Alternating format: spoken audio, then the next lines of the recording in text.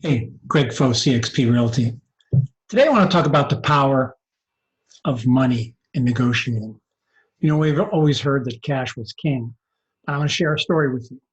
Back in 1997, going back quite a ways here, I bought my first Mercedes.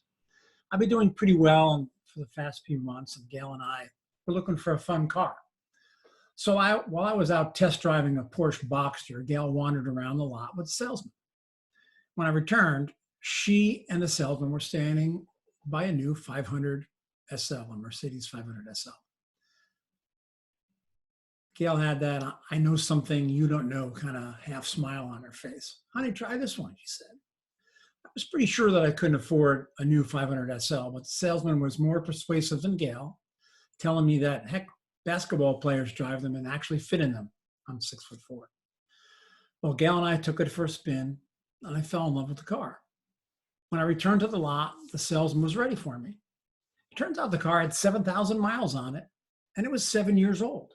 It just looked and smelled brand new. The convertible top had never been used.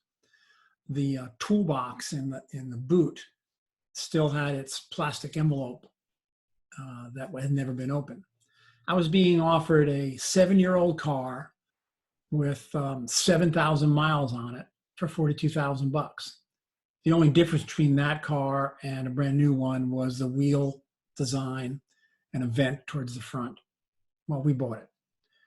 But this story isn't about what a good deal I got when I bought it, because it turns out it was a good deal.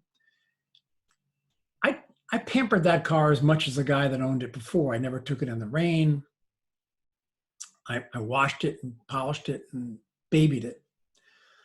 In about a year, I decided to sell it. I had done some research and found out that I thought I could sell it for $45,000. I put an ad in the paper back then, actually.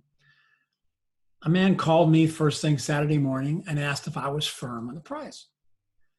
I told him in no uncertain terms that the price was $45,000 and I wasn't going to take anything less. Please don't bother coming over to see the car. He showed up 45 minutes later and test drove the car. He then turned to me and said, "Craig, I'll give you $40,000 for it." I didn't say anything right off, but I started packing up the car and putting it away. "Sir," I responded to him, "I really don't want to waste your time. I told you I was firm on the price. Why don't you go look around, see if you can find another car in this condition with these kind of miles. And if you're still interested, give me a call." About 2 hours later, he called me.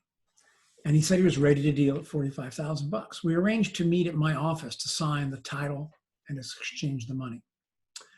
I got to my office with the car, and he showed up in a few minutes. We went to my desk, shut in my office, and shut the door. And he brought out these 5 envelopes. They were the kind of yellow plastic envelopes with tamper evidence seals on them. And each envelope was $10,000. Took the first envelope up, pile of $10,000. Took the next envelope, piled $10,000. Got to the 5th envelope, and he counted out $5,000, and the money was all lined up. No, I'd never seen $45,000 in cash piled like that. And if I had seen $40,000 piled like that, I might have folded and taken the $40,000. Indeed, cash is king. By now, you're thinking, "Great story, Greg, but what's the point?" The point is, I want to emphasize how important a solid cash deal or a well-presented offer is. I've heard many agents or buyers send out trial balloons trying to see where the price should be. They may do it verbally. "Hey, I know you're asking $275, but would you take $240? "No, I won't take $240. Or write it up and I'll see what my client will take. My point is, talk is cheap, too cheap. You need to show them the money. If you can't show them the money, show them proof of funds, show them a contract signed, dated, everything filled out, so that your client, that's the seller, has everything they need to make a decision. It's very easy to say no to a verbal offer, but you've got SunTrust proof of funds for the amount of money that's in the contract. You got a much better chance of making the deal happen. I can't tell you how many deals have been lost because the buyer never bothered to put it in a written offer. Have you heard the lament after a deal's done? What? He took $460 for that house? Wow, I would have done that. They were asking $520. Well, guess what?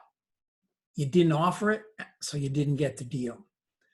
That happened at the end of the street we were living on Gasparilla. That lot was for sale for 1.7. Somebody bought it for 1.5, and everybody goes, "Oh shoot, 1.5. That was a great deal." Don't ever be afraid of making a lowball offer. Yesterday, I made an offer on a 20-acre parcel. They're asking $275. Previewed the property, took videos, showed it to my client. He says, "Well, I can't get there for 2 weeks. What's their bottom number?" I said, "I don't know, but give me a written offer." We offered $200,000. I'm not embarrassed to make that offer. It's a solid offer with proof of funds. The client is yet to counter, but he knows that he's got a buyer at 200, not some trial balloon deal. Matter of fact, there was no inspection period on the 200. Will my client come up? Yeah, he'll come up. I don't know how much. We're not going to know until we get something back in writing from the from the seller. A good agent should handle these things for you, but cash is king and solid, tight deals are king. This is Greg Foss. Just my thought for the day. Have a great one.